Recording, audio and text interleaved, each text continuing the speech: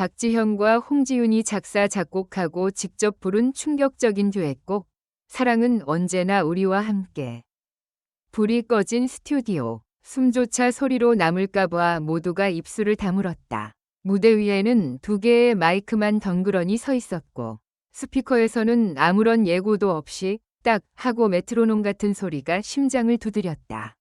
누군가 작게 속삭였다. 오늘 2사람이 직접 썼대. 그 짧은 말이 공기 속에 떨어지자 관객의 표정이 동시에 굳었다. 대본도 안전장치도 없는 노래. 그 순간부터 무대는 공연이 아니라 사건이 되었다. 곡 제목은 사랑은 언제나 우리와 함께.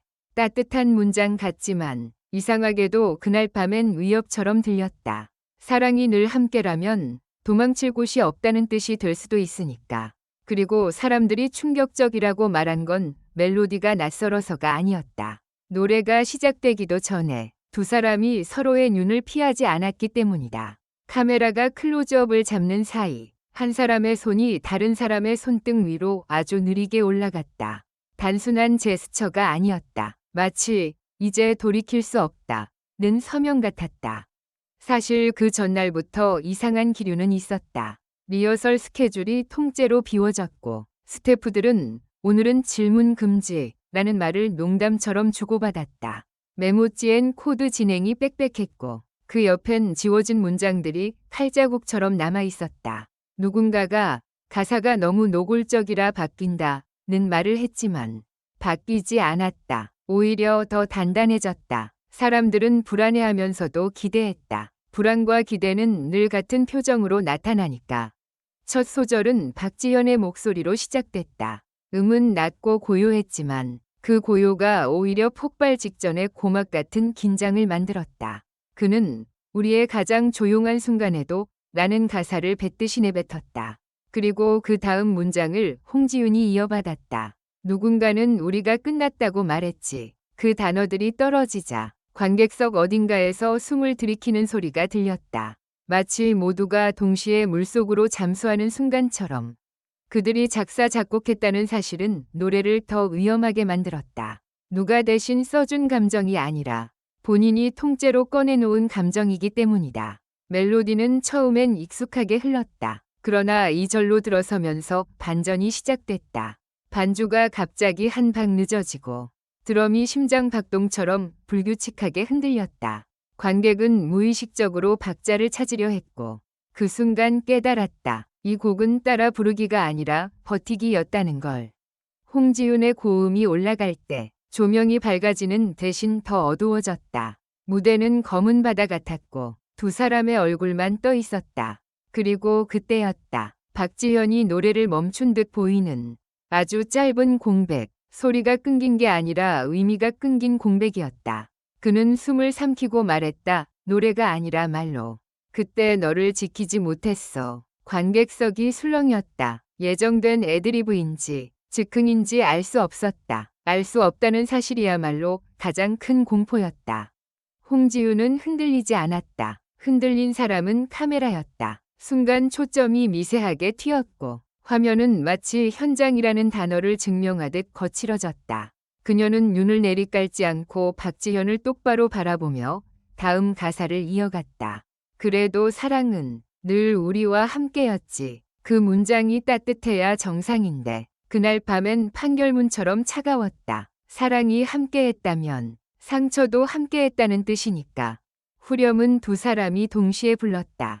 그런데 이상하게도 화음이 완벽하게 맞지 않았다. 일부러 어긋나게 만든 듯했다. 2 목소리가 서로를 덮지 않고 서로의 틈을 파고들며 따로따로 살아있었다.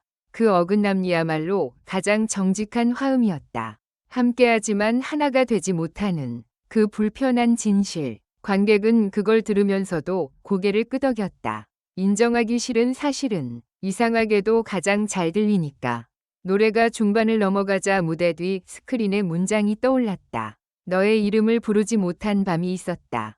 그 문장을 본 순간 객석에서 누군가가 손으로 입을 가렸다. 곡이 사랑이라는 이름을 달고 있지만 사실은 사랑이 남긴 잔해를 하나씩 꺼내 보여주는 전시 같았다. 그리고 전시 위 잔이 남은 관객에게 선택권이 없다는 데 있다. 눈을 돌릴 수 없었다. 귀를 막을 수도 없었다. 클라이맥스에서 박지현이 한 걸음 뒤로 물러섰다. 보통 듀엣은 가까워지는데 그들은 반대로 멀어졌다. 공간이 벌어질수록 감정은 더 가까워졌다. 홍지윤이 마지막 고음을 길게 끌었고 그 고음이 끝나는 순간 박지현이 마이크를 잡아당기듯 가까이 당겨 낮은 음으로 바쳤다. 높은 음과 낮은 음이 부딪혔다. 아름답다기보다 서로의 상처를 확인하는 소리 같았다. 그 충돌이 끝나자 잠깐의 정적이 찾아왔다. 박수는 즉시 나오지 않았다. 모두가 지금 박수 쳐도 되는가를 판단하느라 늦었다. 마지막 가사는 예상과 달랐다. 위로도 화해도 아니었다. 사랑은 언제나 우리와 함께. 그래서 우리는 끝까지 책임져야 해. 그 문장의 조명이 천천히 켜지며 두 사람이 서로를 바라보는 장면이 고정됐다.